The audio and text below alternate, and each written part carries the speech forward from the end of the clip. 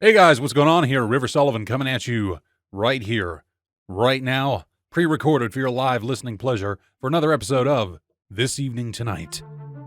With me here, yet again, my friend the Silver Fox, the connoisseur and count of coffee, and the vag of vape all over my microphone. My friend and co-host again. Scott! Oh God, it's Scott! Scott's here, yes! Hello, Scott. All right, I like it. That's different. Yeah, I'm a little amped up here over the coffee already. So this week's coffee is, we went with another PlayerOneCoffee.com's coffee blends. And that blend this week is the Rageless Roast of Player One Coffee. Per their website, Rageless Roast, inspired by our friend Say No to Rage, is a delightful blend of coffees from Central and South America. The beans are lightly roasted, which allows all of the natural flavor of the varietals to ensure the perfect medium-bodied brew. Now, I actually took this upon myself to run the French press this time today. Normally, Scott is master of the French press, so I had to watch some YouTube videos to make sure I was doing it right. I don't think I did too bad of a job. All right. I mean, it kind of replicated. I mean, it's not real hard to do. No. You just kind of eyeball it. Yeah, some people always say it's an art form, but I'm not mad at this coffee. No, it's pretty good. No, it's damn good. Like, still in my mind, first place is the Neebs roast. Yeah. There was just something about it. Maybe it was just the way that we made it. I don't know, but it came out perfect. Yeah. Yeah, this says the cupping notes of a sweet honey undertone with smooth finish and balanced acidity. I do actually say with the French press, I can actually taste some of the honey undertones. Mm-hmm. I made this in the coffee pot and just didn't get that. Not the same. Oh, yeah. So we will include a link to the description here, or we will include a link in the description below for the coffee, so you guys can get yourself another little piece of this. Also, we do have access to a 5% off coupon here, and tell them all River sent you. So we'll also try to include that coupon as well. Nice. Yeah, it's like 5% off. Yeah, Legit. I like it. We're slowly getting there. We are slowly starting to establish something. I don't know what it is. I don't know if it's a brand. I don't know what the fuck it is, but there's something. We're getting something. And There he is. there he is, Cat Damon back there in the background celebrating. What is it, Cat Damon? Just sitting out in the hallway that's meowing. He's just singing the songs of his people. So we are also in the process of establishing some merchandise. Right now I'm working a deal through Spreadshirt.com. Got a few more forms here we got to fill out on our end legal-wise just to make sure that I don't get bent over a barrel by the IRS. So I'd wager in another day or two, maybe a week, who knows. But we've got a couple designs out there in the works, and we're going to start slinging a little merch here for you loyal supporters out there. Probably one of the first things I want to do is once we get that up and running, we'll do a giveaway, I think. I like it. Mm-hmm. How do you want to do it? You think maybe...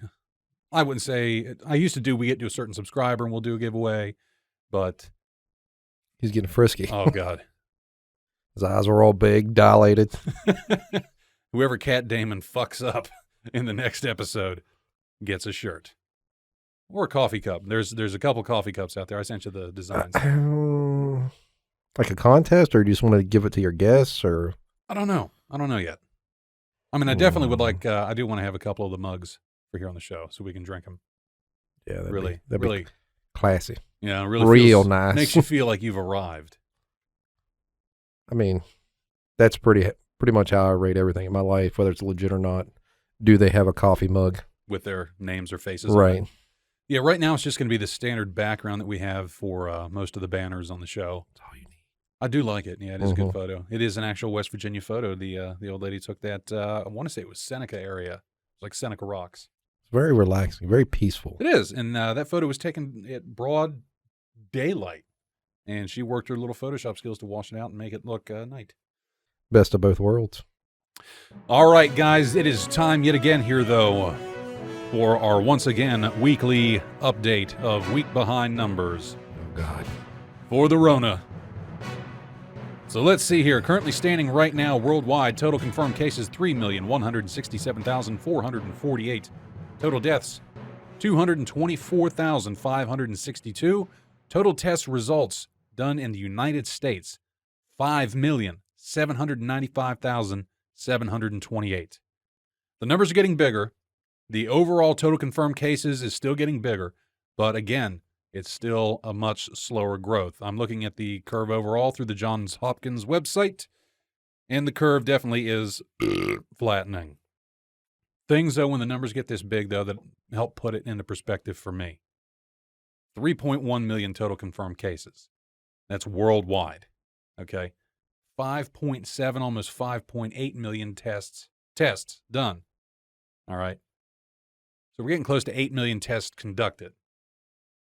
You have 5 million people just in the U.S. that wouldn't have it. You know what I mean? Mm-hmm. Okay. So 224,562 total deaths at this current moment out of the 3.1 million confirmed. It is a large number, but statistically, things are looking better and better. So if you've lost anyone, a loved one, family, friend, or anything to this damn virus, you do have our sincerest condolences. But we do try to look at the silver lining and things on this show. Things are getting better. States are starting to open up, whether it be for better or for worse. So here in West Virginia, I believe we have, what is it? We're going to go 3 days. If we go 3 days without any new cases, they're going to start to open up a little bit. No, I do believe the governor's words exactly were 3 days with a testing rate lower than 3%. Okay. I mean, don't quote me on that, but that's what I think that I may have read. But either way, it's coming. Yeah. And there's, statistically, though, there's always a second wave. Always. So do you think the second wave is going to be worse? No, Historically, it always has been. I don't think so. I hope not. But that is enough for right now of the Rona. Those goddamn Rona blues. Keep on keeping on. We're going to keep on keeping on. We're going to keep on surviving. Keep on drinking delicious coffee. Don't be scared of people. Just live your life. Live your damn life to its fullest. Speaking of getting out of this depressing era that we're in right now, I had a good experience yesterday. You know, I don't like to go to town much, so I had a couple errands to run. News for me in the household, it is Shark Week for the old lady. Oh, right. Yeah. Okay. And there's blood I'm in the with water. Yeah. Shark Okay. Week in Cooch Creek. I'm right there. Okay. Tracking. So she asked me, she said, will you please go to the store for me? I said, yeah. What do you need? You know what she needed.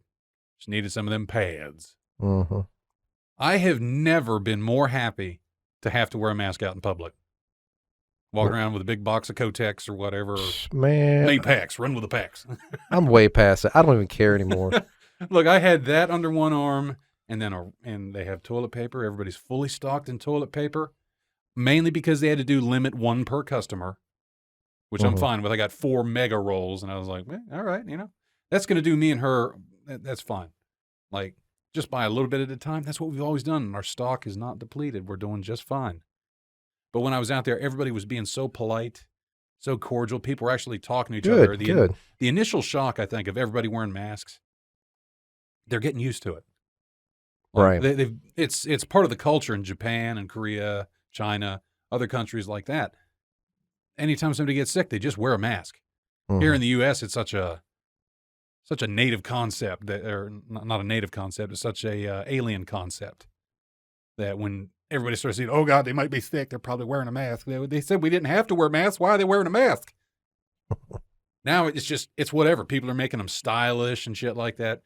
I took a little trip because I had to pick up a can of paint over from AutoZone because I was doing some painting. Mhm. I don't know what was going on in there, but I'm going to tell you this. It was probably the sickest people I've ever seen in town hanging out in this AutoZone. I walked in and there's a bunch of coffee wheezy people and they're just like, what is going on? Then there was a couple and they both were wearing masks.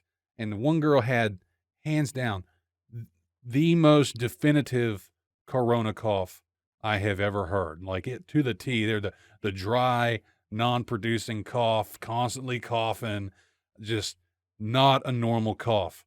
She had a homemade cloth mask on, so she must have thought she was fine. And she's and I'm like, oh my God. I just wanted to get my paint and leave. Thank God I have my own N95. I was very happy with that. Like, not thank God, because, they probably have the Rona, but better safe than sorry. I was wearing the mask that is designed to actually help prevent that. It was very nice. And got out of there, ran a couple errands. But everybody, other than Coffee McGee, it was great. People were nice. And a lot of people are out there driving like assholes, though. That was the one thing that I can't figure out. Like, yeah, I've noticed that. Me, I've never understood the concept of speeding. Not on four wheels. I just can't do it. I understand it very well. I mean, you know me. I drive like 60 miles an hour on the interstate because I hypermine my vehicles so I can get better gas mileage. Because I'm not made of money. I'm terrified as a homeowner, so I want to have as much cash in my pocket as I can. But see, in my mind, there's a difference between speeding and just being a jerk. Yeah, Cat? No, sir. Don't know. I'm telling you, he's frisky. I don't know what's. It's because the air conditioner had to kick on, so there's the cool air. Yeah, the cats get a little frisky in cool air. You F right off. Yeah, he's not playing around. I'm gonna play with that. And there's a difference between speeding and being dangerous, of course, too. Like I've just fallen into this habit of like, I don't like to just go out there and hot rod, but like I have to get to a consistent speed and maintain it. I'm trying to like get there as soon as possible. Well, see, that's my thing is like it's two different schools of thought. Is I drive 60 because I'm in no hurry really to get anywhere. If I want to be somewhere early, I leave earlier. I mean, I don't have a lot I don't have a lot of other things going on in my life. I don't have kids that I have to worry about. It's me and her and then a dog and a cat, and they don't have really any appointments for anything. I get people will get into a hurry because they have life. They have you got kids. You got to get your kids somewhere. I understand. No, that has nothing to do with it for me. I don't know why. Like I just have developed this thing where I feel like, unless I like. But here's the other half. You're trained. That probably has a lot to do with it. That probably has a lot to do with it. There's a lot of people that are out there on the road that are not trained. Like, I mean, every now and then I will make it a point to drive leisurely, like set the cruise at 60, 65, just if I want to eat up some time, and then I don't have to think about it. If I'm thinking about it, I'm like, 75. That's where, we're going to go 75. Now, I won't be an a-hole about it and tailgate people and all that, but that's one thing. I like to get where I'm going. Yeah. Well, there's one thing that I've definitely learned is this show has a soothing and relaxing aspect to it that I did not know that we exuded. For as turned up as we get sometimes, this show is relaxing to people. Your smooth, sultry voice. It has to be something. Because we were supposed to have a guest on the show, but he had a last minute something or other come up and had to take a rain check, which is fine. I hate them something or others. I hate them something or others. Somethings or others. Shit happens. I think he had a big honey-do list or whatever. It's fine. But I don't have too many of those, so I'm happy. She's like, you gonna do that? Yeah, I'm gonna do it. But you guys will probably get to meet him here. I'd say next week or so. Big Vern gonna be on the show. He's a giant of a man, and I love him. But Big Vern likes to drive fast. And I get it. He drives fast. Whatever. We got our own style. Just like you're saying, people want to reach a consistent speed. I don't like to be reckless. Like I do it appropriate for the road. I think. Mm-hmm. But well, he discovered the show, and he didn't know that we had a show. And I was talking to him. He's like, "You got a podcast?" I said, "Yeah, absolutely." And so I sent him the link for one of the. I think it was Spotify. No, it was iTunes. And he's texting me. I'm guessing he wasn't driving. But he texts me that he's loving it. He loves the show. And then he texts me, he goes, "I'm driving 67 right now." Like he's driving under the speed limit. He notoriously is like 85, 90 miles an hour. Like he got afterburners on the back of his truck. But he's enjoying it so much that he wanted to stretch his drive out so he could listen to more of it. I was like, that was super cool. Like to have somebody that truly enjoys the show, that they actually are going to change their daily routine to allow themselves to consume more of this content. I thought that was really cool. That's a compliment. It is. And, I do the same thing. He said he did that all weekend, like listen to the show, because we're, what is episode 18 we're going on of season 2, and I think we had 8 or 9 episodes in season 1. I mean, each one of them is 45 minutes to an hour, so there's a lot of content that we're slowly chalking up here. It is amazing how entertaining a podcast can be when you're driving. Like, I never would have thought it. Like, the whole idea was strange to me until at one point at work, I was in a position where I can listen to a lot of podcasts. Yeah. And then I was hooked from there on. Mm-hmm. Yeah, I never listened to podcasts. No, Ever. like I would listen to some talk radio, especially late at night. You know what I'm talking Coast about. to Coast AM, man. Yeah, let's talk about the lizard people and the dog people. Obama, yeah, just craziness. But yeah, getting into podcasting too was, I mean, like I think we've talked about this before. There's been a few people that were trying to push me to do this. I mean, my old lady she's always been in my corner. She's the one that pushed me to start doing voice acting, started to do audiobooks, and mentioned something about a podcast. And I was like, yeah. And then I had a few more people give me a nudge about this, and I've been so happy to get into it.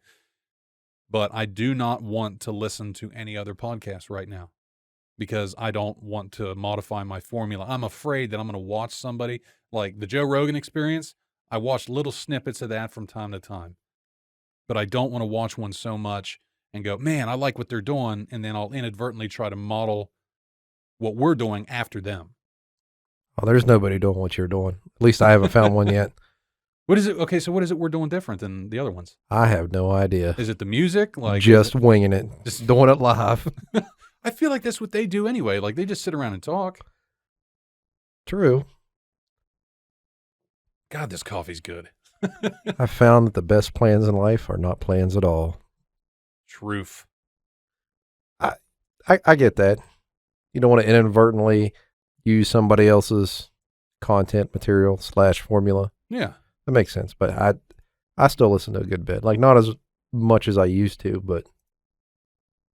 but all the ones that I listen to like are way different. Like they're normally very specific on topics. Mm-hmm. And like sometimes I'll get tired of one and move to the other one. Not that it's a bad podcast. It's just people are finding that niche. Yeah. Or niche or whatever you want to call it. But there are a lot of good ones out there though.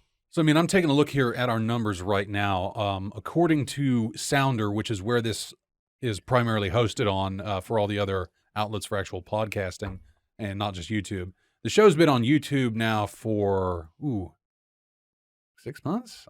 Man, I got to look. See when our first video was.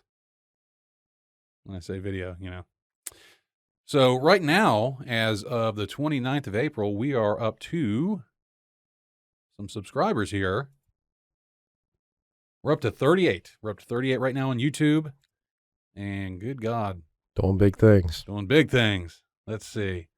So the first video, this show on YouTube is 5 months old. Okay. And it's got a lot of watch hours on it. And now this show here is 3 months old on the podcast hosting sites. So as of right now, we're tracking 301 unique downloads at 194 unique users, and everybody on average is getting 1.55 downloads per user. So people are downloading 1 to 1.5 episodes. Nice. Now, we are getting some hits here in different areas now. Sweden, Germany. We do now have a couple in Canada. Australia, that's actually on the uptick. And then the bulk of it, of course, is United States. Nice. So at 3 months, we've averaged almost 100 downloads a month. Definitely want to get that. I like it. I want to get those numbers up so bad. But until we figure out what the hell it is that actually is what I'm doing right, what I'm doing wrong, who knows? I mean, God, it's just doing what you do. It's a lot of numbers, man. I don't like to look at all these numbers. It confuses the shit out of me. You should try doing kindergarten math. Well, like the Common Core. Yeah. Been doing that in 3rd grade math. I just checked the YouTube statistics here, and there was a bunch of like confetti that just went off on the page that, wow, the Coffee Corona and Pepperoni Rolls episode, season 2, episode 17 is actually already got 10 views in the last 2 hours. Okay. Boom sauce. That is big numbers for small timers like me and Scott here. So the channel on YouTube has got 851 views so far. We've got watch time of 110.5 hours, and we're at 38 subscribers. It's slow. It's very slow. I remember this from when I was doing that gaming channel, and that took 5 years to get it up to 100 subs. This is 5 months old. We're at 38, but I'm much more consistent with this because I had to learn how the algorithm works. As long as we're consistent with uploads, the YouTube gods shall eventually smile upon us. Okay, so also going back to some things here that we were talking about in, not last episode, the one prior. Some of the things that are out there keeping people entertained, happy, keeping their minds off the Rona. We had talked about briefly, but never really got to go into it, Bethesda's return of trying to polish the turd that is Fallout 76.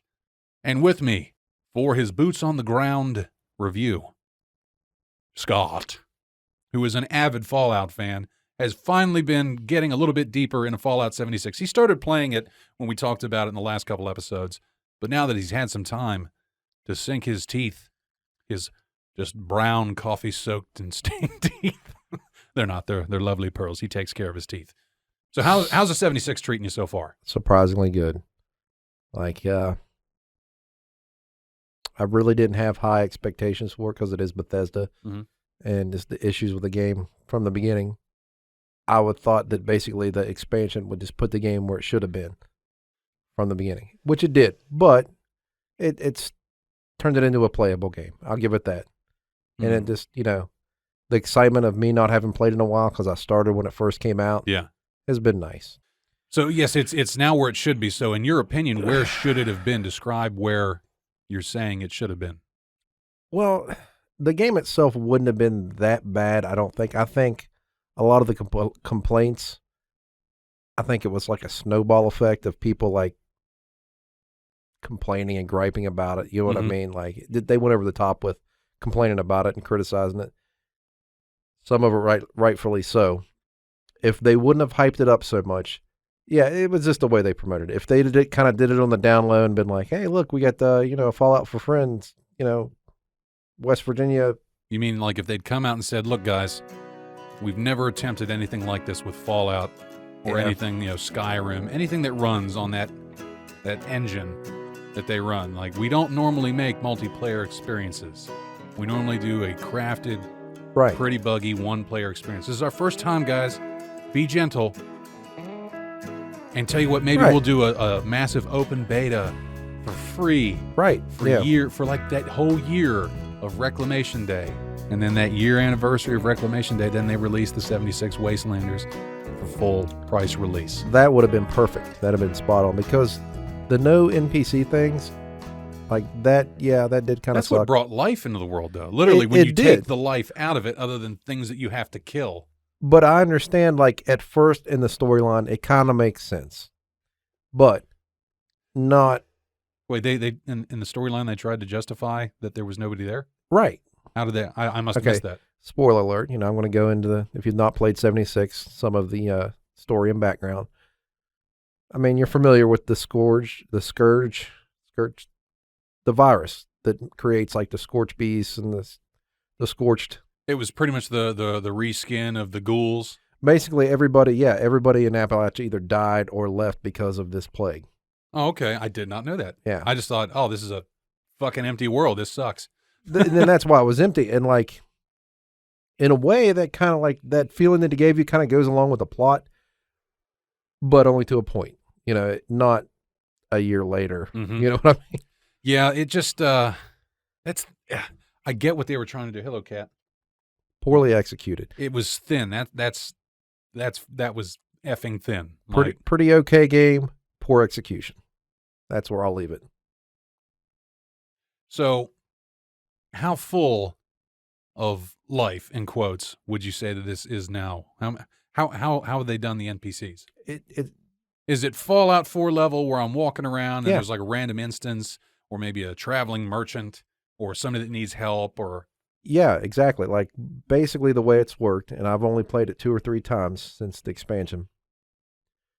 So, in your quest line, and there's dialogue trees like there is in pretty much every other Bethesda game, and your decisions impact the story. Your story, even though it's multiplayer and you're playing with other players, those decisions only impact your like story arc or your teams.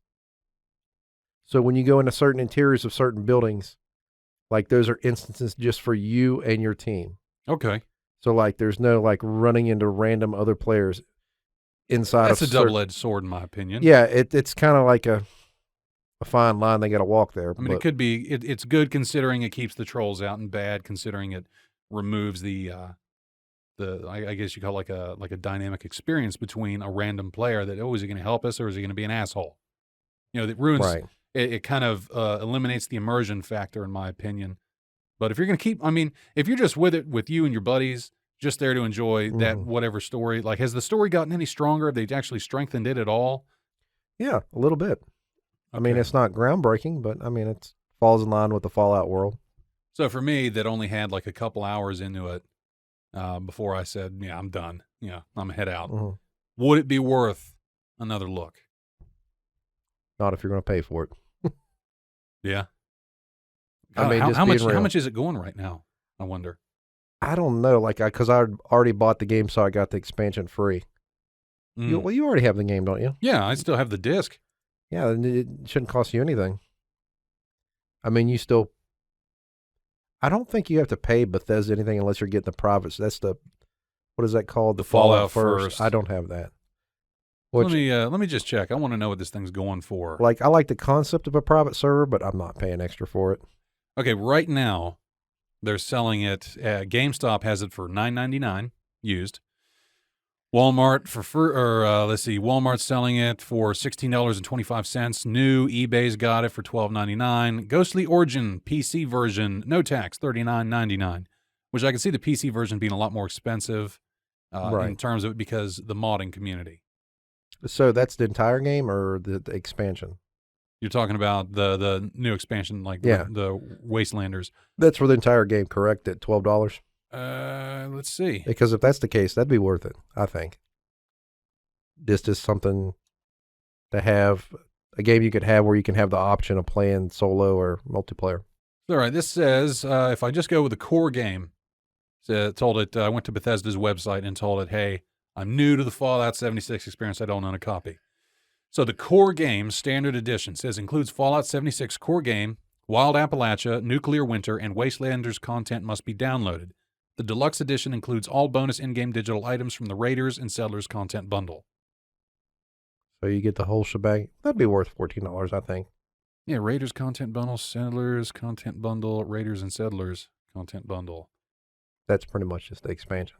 I think all that stuff came along with the expansion. So the Wastelanders content bundle, hang on. It looks like you might have to purchase it.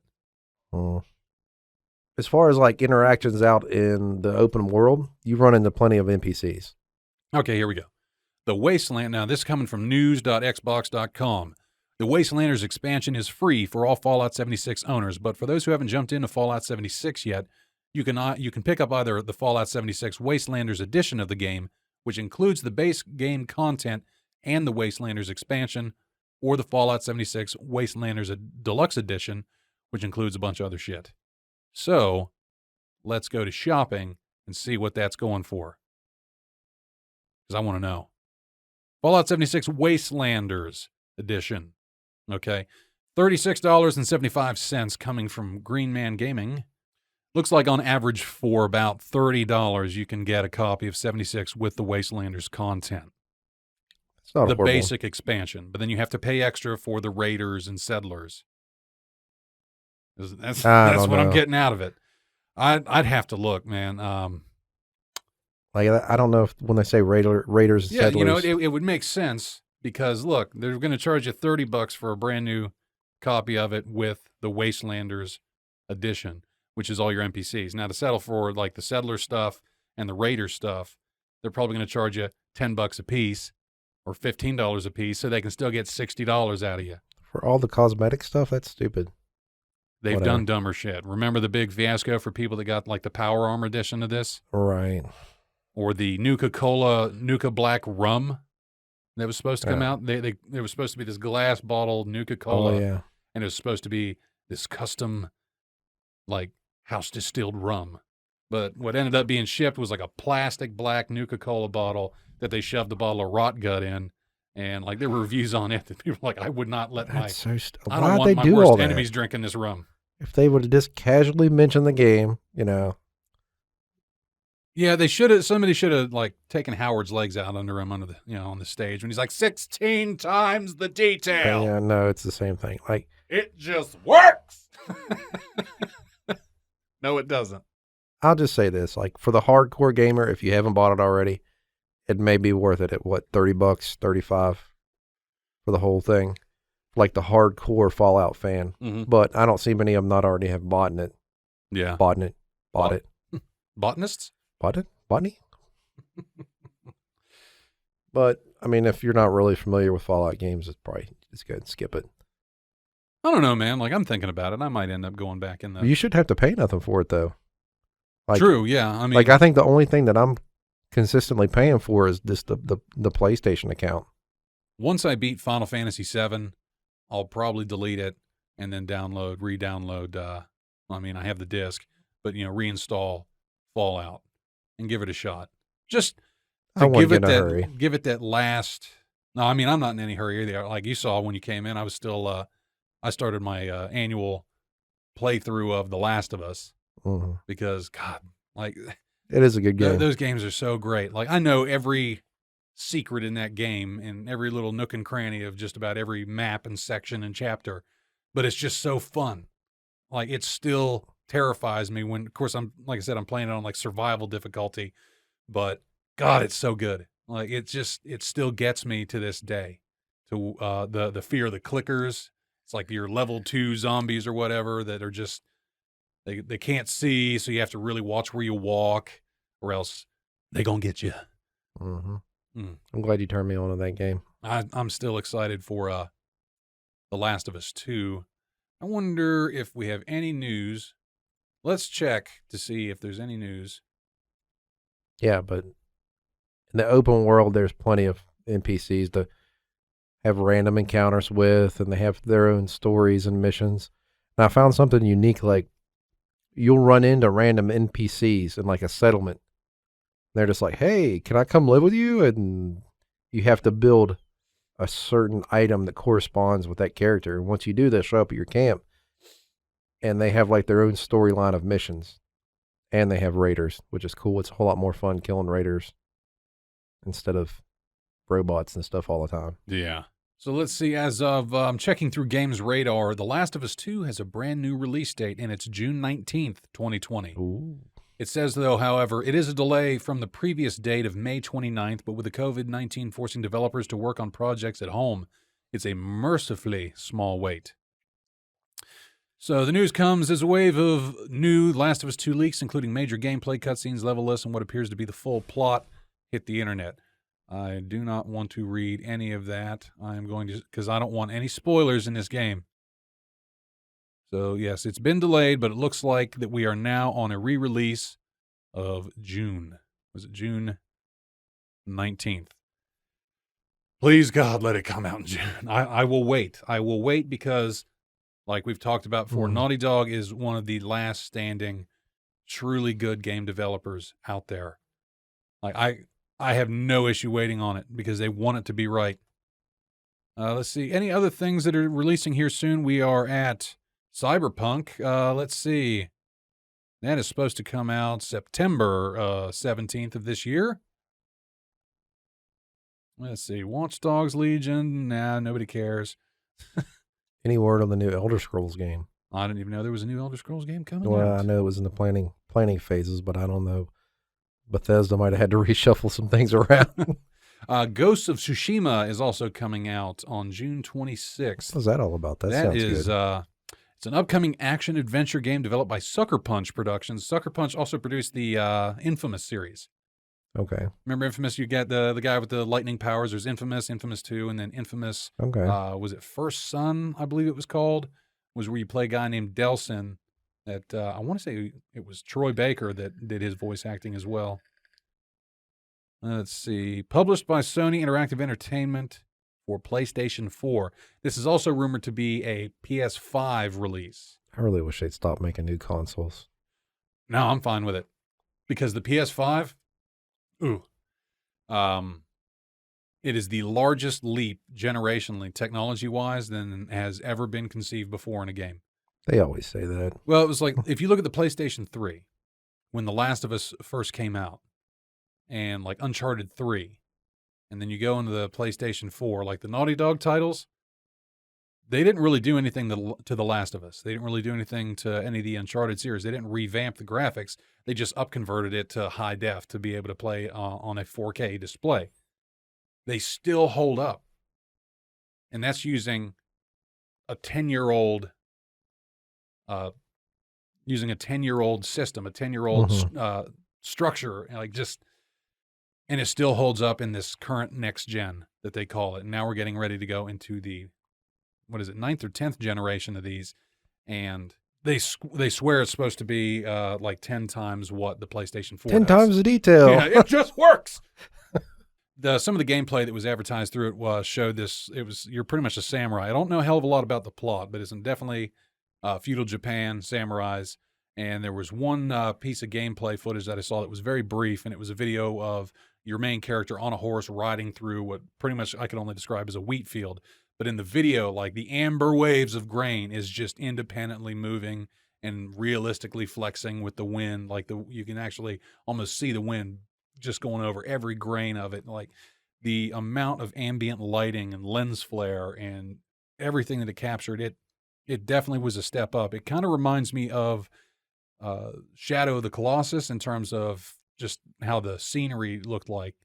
And if you haven't played Shadow of the Colossus, Scott, I highly recommend you get the remastered version, because that is one that they actually did completely rebuild the game from the ground up. Have you ever went back and downloaded like a copy of an old game? Like I'm talking a game that's like 5 to 10 years old that you'll see for free or whatever online and play it, and it's still good, but like it didn't age well. I did that probably a couple of years ago. I downloaded, I want to say when I bought Fallout 4. Or maybe when I bought 76, it came with a free copy of Fallout 3. Ooh. Yeah. Yeah. Great game.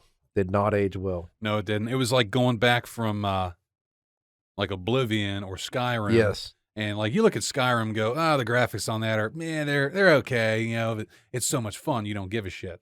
Yeah. Go back and play Morrowind. Right. For like the first Xbox. You go, this is just, there's 3 houses here and we're calling this a city. Like it didn't have it. Well, But it was still so immersive back then, though.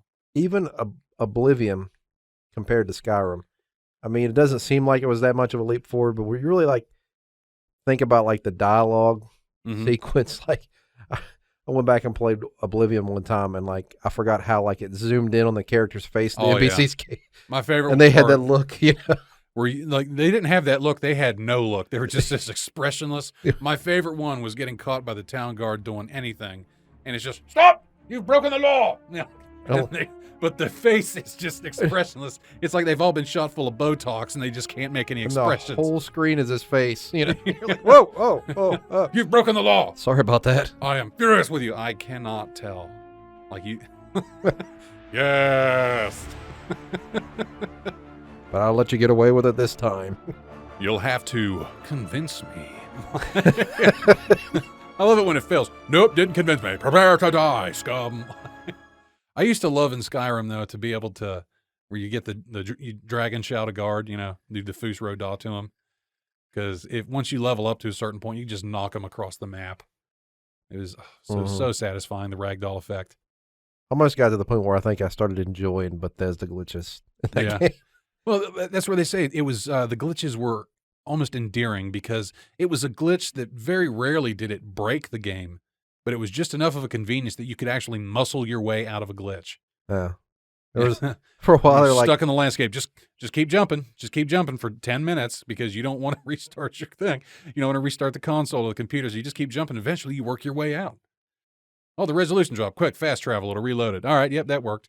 For a while, they're like, every time I'd go by that one lake at Falkreath, just randomly, a knight on a horse would just spawn in the sky, fall to the ground, and die. I was like, what is that? I love that. Every time. It was good, man. Like, but yeah, 76, the initial release of that, okay. So with the Wastelanders content that's been added, how buggy are we talking now? I haven't noticed any real significant ones that. Is it on par with like 4 or Skyrim in terms? So it's back to old hat Bethesda of their endearing glitches. Nothing. Yeah. Is the resolution dropping randomly for a next gen title like it No. used to be terrible at doing in the beginning? Not really. Like it's along the lines of like a Fallout 4 in a different setting with multiplayer option. Okay. Now I'm not gonna lie. You actually are starting to slowly sway me to go over to it. And they've changed the map, like not horribly to where you won't recognize it, but some of the old locations have been revamped as if like raiders or settlers have moved in, Okay. or like some new settlement has been built, but not enough to be like unrecognizable. So Yeah. it's enjoyable in that aspect. So like your first time going through, you can go, oh man, this is different. Mm-hmm. Like it's not over the top as you go. There's people there now. You just look at it and feel like there's people there. Yeah. Okay.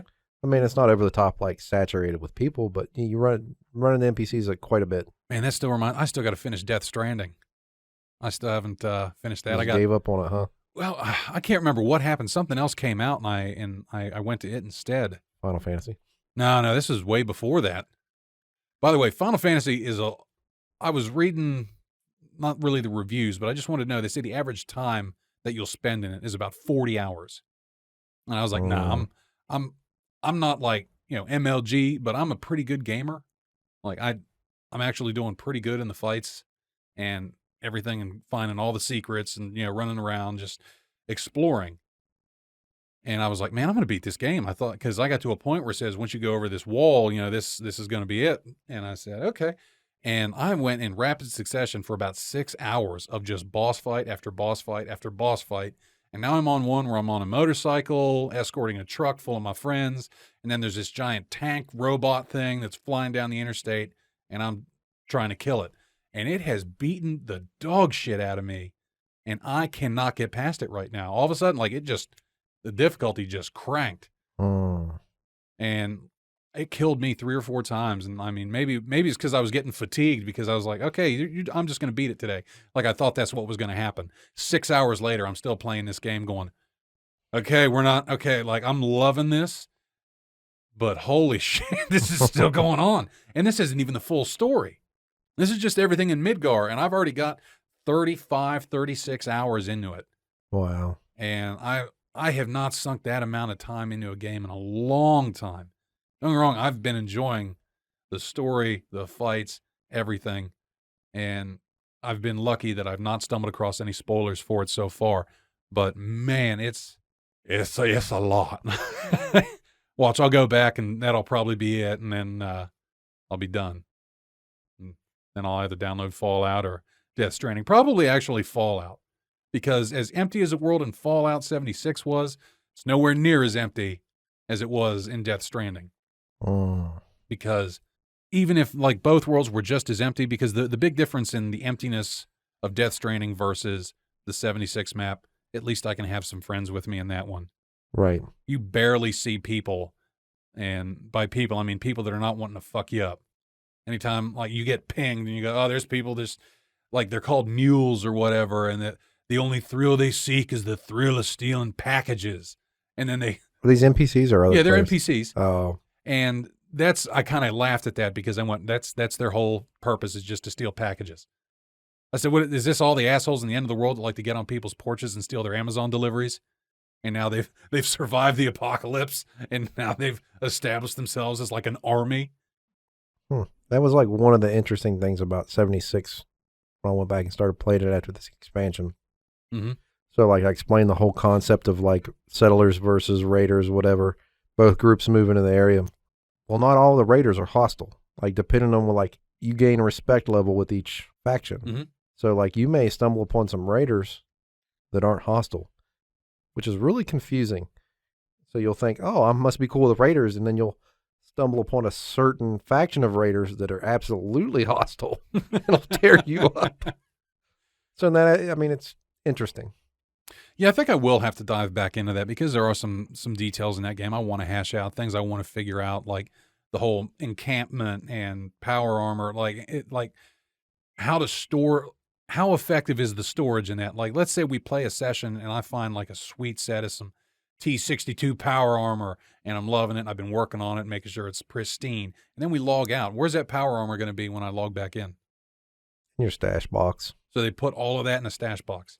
Yeah. Like they upped the limit. I think it's like 600 or 700 or 800. Oh shit. It's unlimited if you do the Fallout first, which I will not do. Nah. But good. The limit they have, like I found that as long as you don't like build a colossal camp, which is kind of disappointing, you can store pretty much all the weapons and So gear not and like stuff Fallout 4 level building. You could build one like that, but you're going to sacrifice a lot of your storage. Oh, okay. I think You sacrifice storage for buildings? there's a cap. I'm speaking wrongly here. I think there's a cap on how much you can build. Oh, okay. So the cap on, because it used to be like a memory thing in Fallout 4 where you could only build so much before memory got full and then the game would crash. Because there were mods that you could enact to like eliminate the limiter, but then the game would crash all the time. If there was a limit, I never found that. I built some big things. Because there was that island in 4 mm-hmm. that was off by itself, that coastal island, and then it had a nuclear powered ship mm-hmm. that you could wire into to use as power for pretty much anything in that encampment, because it had also power that speaker to drive all these mud crabs off the island. Mm-hmm. Which, God, I built a city in that. And I remember I went around for hours adding subtle details. Like I made a medics, like an actual hospital, right, with gurneys and shit that nobody would ever use. Like you go and somebody's just sleeping on the gurney or whatever on the bed. But I made it look like a little field hospital, and like I made restaurants and I did the same thing at the drive-in. Like I made this huge towering city with streets and balconies. I never worked apartments. I worked a little on the drive-in, but I really like that island. But did you not find it very frustrating? You come back to the town and like the NPCs will not be using it in the way you This is a hospital. Why are you sleeping here? Like everybody's just hanging out at the hospital. What's going on? I built you a bar. Use the bar. Thank you for giving me a home. Oh man. Kind of want to go back and play it now. I know. It's nice to actually sit here and be able to talk about shit and laugh about it without going back to this fucking virus. Like, yeah, I can feel not just here, but us as a people. Not only are we ready to move on from this, we're just ready for it to be over. Hell, even the news is getting tired of it. Like you go to any news website, it's the COVID used to be all over everything. And now they're worrying about other shit because it's people are getting over it. Like I'm sick of it. They're sick of it. The whole world is sick of it. We're sick of being worried about being sick from it. It's just nice to feel that light at the end of the tunnel. I mean, we are adapting to it, but also, I mean, the numbers are coming out to be more and more clear that it is going down, that it's working. And just hopefully for us as in the United States, when these states start to come up, we don't have a huge resurgence. Said historically, there's always been a second wave, and the second wave's always been worse than the first. But I'm hoping that won't be the case here because I'd like to think that we've evolved more as a species, as a people. And I'm hoping that we've learned from past mistakes. But that'll all be out in the woodwork, who knows? Yeah. We'll see it when it happens. Well, guys, it looks like we're all out of time here for this episode of This Evening Tonight. No. This went by quick. 5 more minutes. Yeah. It was nice to hit a stride of some positivity here and some pleasant distractions. So I just want to thank you guys here for stopping by and being pleasantly distracted by us. Just a couple of Joe Schmoes out there talking into a microphone, making dick jokes, even though we don't really make too many of those. Don't forget all the other different ways here that you guys can listen. Check us out here at iHeart Radio, Stitcher, Spotify, Sounder, Google Podcasts, iTunes. And if you'd like a little bit of visual representation for the smooth and sultry mentality that this show has, feel free to look us up right there on the YouTube for This Evening Tonight, so you can have that nice BS fireplace crackling in the background. Maybe you'll be playing us on YouTube with the fireplace on your big screen, and you and your significant other can curl up with a blanket and a hot cup of coffee, or a scotch is my personal favorite. But all right, guys, until we see you here next time on the show, thanks for stopping by, thanks for tuning in, and peace out. Later.